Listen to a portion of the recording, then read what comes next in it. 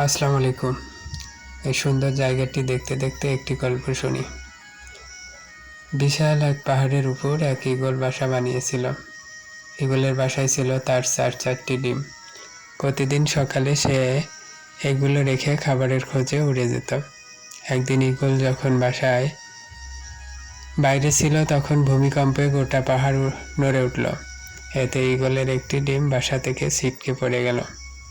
গড়াতে গড়াতে সেই ডিম এসে পড়ল পাহাড়ের নিচে এক মুরগির বাসার উঠোনে।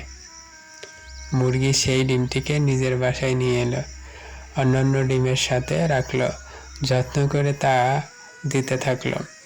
একদিন সেই ডিম ফুটে ঈগলের একটি সুন্দর বাচ্চাও বের হলো। মুরগির বাচ্চাদের সাথেই ঈগলের বাচ্চাটি বড় হয়ে উঠতে লাগলো।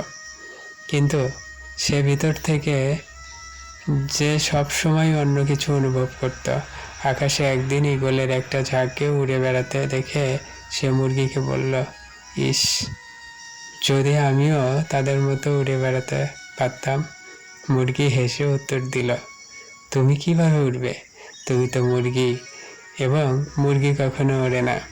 ঈগল মাঝে মাঝেই তার স্বগোত্রীদের উড়ে বেড়াতে দেখত এবং স্বপ্ন দেখত সেও তাদের মতো উড়ে বেড়াবে।